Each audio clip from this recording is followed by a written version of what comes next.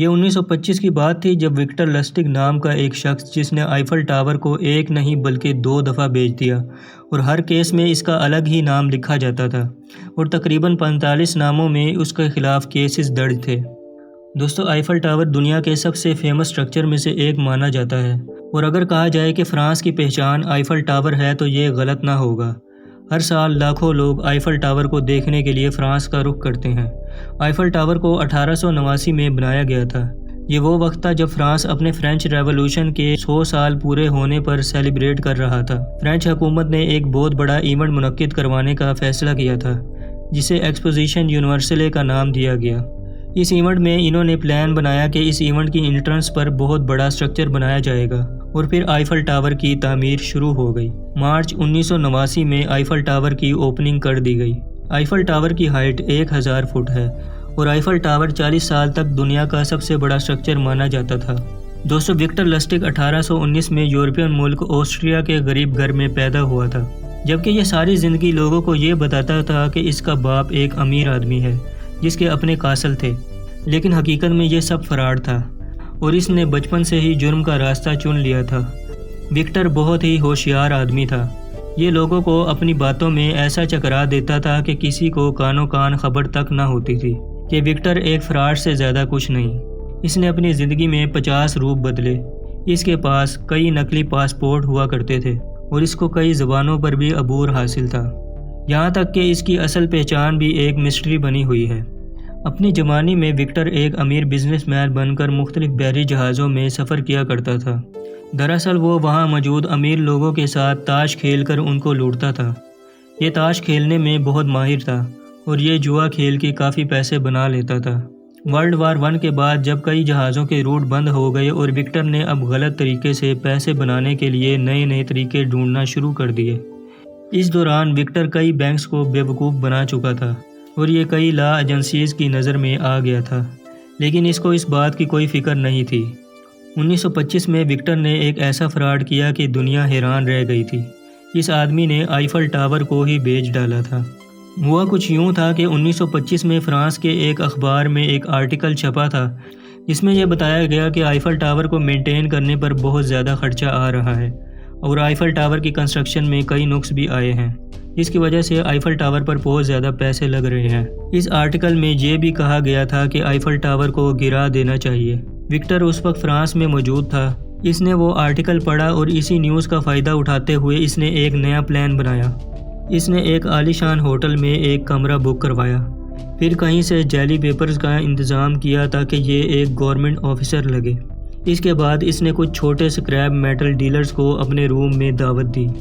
یہ ڈیلرز لوہا اور دوسرے میٹلز کو کوڑیوں کے دام میں خرید لیتے تھے۔ وکٹر نے اپنے آپ کو فرینچ حکومت کا ایک آفیسر ظاہر کیا اور ان کو بتایا کہ آئیفل ٹاور کی مینٹیننس پر حکومت کا بہت زیادہ خرچہ ہو رہا ہے اور فرینچ حکومت اسے گرا کر اس کا ملبہ بیچنا چاہ رہی ہے۔ اس نے ان ڈیلرز کو کہا کہ کیونکہ آئیفل ٹاور کو اس طرح بیچنے سے لوگ ناراض ہو سکتے ہیں تو ابھی اس بات کو خفیہ رکھا جا رہا ہے۔ وہ میٹنگ کے دوران ایک ایسے ڈیلرز کو ڈھونڈ رہا تھا جو کہ اس کے جال میں پھنس جائیں اور وہ بندہ تھا آندرے کوئزن۔ یہ ایک انسیکیور آدمی تھا جو کہ اپنے آپ کو فرانس کی بزنس کمیونٹی میں مشہور کرنا چاہتا تھا۔ وکٹر نے جلد ہی اس آدمی سے ایک پرائیویٹ میٹنگ ارینج کی اور اس کی کافی تعریفیں کی کہ آئیفل ٹاور کا اصلی حقدار آندرے ہی ہے اور وہ اس کو خریدنے کے بعد پوری دنیا میں مشہور ہو جائے گا۔ آندرے فوراً آئیفل ٹاور کے ملبے کو خریدنے کے لیے تیار ہو گیا، لیکن وکٹر یہاں نہیں رکا۔ اس نے اس ڈیلر سے کہا کہ مجھے رشوت چاہیے اور تبھی یہ اسے آئیفل ٹاور بیچے گا۔ یعنی نہ صرف ملبے کے پیسے بلکہ اب رشوت کے پیسے بھی اس کو ملنے والے تھے۔ وکٹر نے آندرے کو دونوں ہاتھوں سے بہت آسانی سے لوٹ لیا۔ یہ سارے پیسے ملنے پر فرانس سے واپس آسٹریا آ گیا۔ اس کو پتہ تھا کہ آندرے شرم کے مارے پولیس کو کچھ نہیں بتائے گا، اس لیے اس نے اس کے ساتھ اتنا بڑا فراڈ کیا تھا۔ اور پھر اس کے بعد اس نے دوبارہ اس آئیفل ٹاور کو بیچنے کی کوشش کی، لیکن ایک ڈیلر کو اس بات کا شک ہو گیا۔ اس نے اسے پکڑنے کی کوشش کی مگر وکٹر وہاں سے بھاگ گیا۔ آئیفل ٹاور کو بیچنے کے بعد وکٹر نے ایک اور بہت بڑا فراڈ کیا۔ اس فراڈ کو رومانین باکس کہتے ہیں۔ اس نے ایک نیا روپ بدلا اور ایک مشین بنانے کا دعویٰ کیا جس میں اگر پیسے ڈالے جائیں تو وہ ان کو دگنا کر دے گی۔ اس کو اس نے رومانین باکس کا نام دیا۔ اس کے مطابق پیسوں کو ڈپلیکیٹ کرنے میں 6 گھنٹے لگ جاتے ہیں۔ یہ چلاک آدمی لوگوں کو بھروسہ دلانے کے لیے شروع میں ان کے پیسوں کو اس مشین کے اندر ڈالتا اور ان کو دگنا کر دیتا۔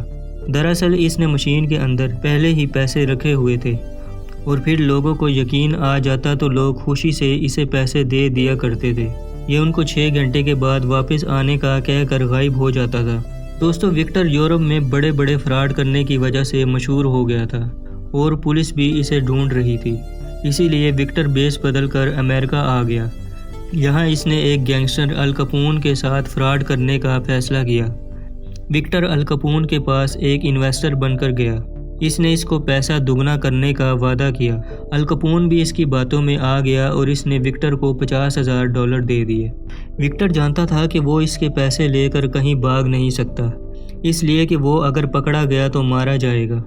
تبھی اس شاطر دماغ نے ایک نیا پلان بنایا۔ اس نے وہ سارے پیسے لے کر اپنے پاس رکھ لیے اور کچھ دنوں کے بعد ال کپون کے پاس گیا۔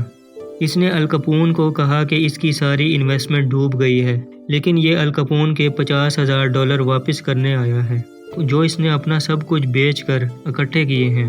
ال کپون اس کی ایمانداری دیکھ کر بہت خوش ہوا۔ وکٹر نے ال کپون کو کہا کہ اب اس کے پاس کھانے کے بھی پیسے نہیں بچے۔ ال کپون جیسا گینگسٹر بھی اس کی باتوں میں آ گیا اور ال کپون نے اس کو اس کی ایمانداری پر $5,000 دے دیے، اور یہی وکٹر کا پلان تھا۔ اور اس طرح اس نے بڑی چالاکی سے ال کپون سے $5,000 لے لیے، جو کہ اس وقت بہت بڑی رقم مانی جاتی تھی۔ دوستو، وکٹر دنیا بھر کی پولیس کی نظر میں آ گیا تھا، لیکن اس نے اتنے ملک اور روپ بدلے کہ اس کو پکڑنا کافی مشکل کام تھا۔ لیکن جرم کبھی چھپائے نہیں چھپتا، اور وکٹر لسٹک بھی آخر کار پکڑا گیا۔ ہوا کچھ یوں تھا کہ وکٹر کی گرل فرینڈ نے پولیس کو اس کے بارے میں اطلاع دے دی۔ اس کی گرل فرینڈ کو لگتا تھا کہ وکٹر کسی اور لڑکی کے لیے اس کو دھوکہ دے رہا ہے، اسی لیے اس نے وکٹر سے بدلہ لیا، اور یوں دنیا کا سب سے بڑا کون مین 19 مئی 1935 کو نیو یارک میں گرفتار ہو گیا۔ گرفتار ہونے کے بعد یہ چلاک آدمی فرار ہو گیا۔ یہ 27 دن تک چھپا رہا، لیکن اس کو پولیس نے پھر سے پکڑ لیا۔ اس کو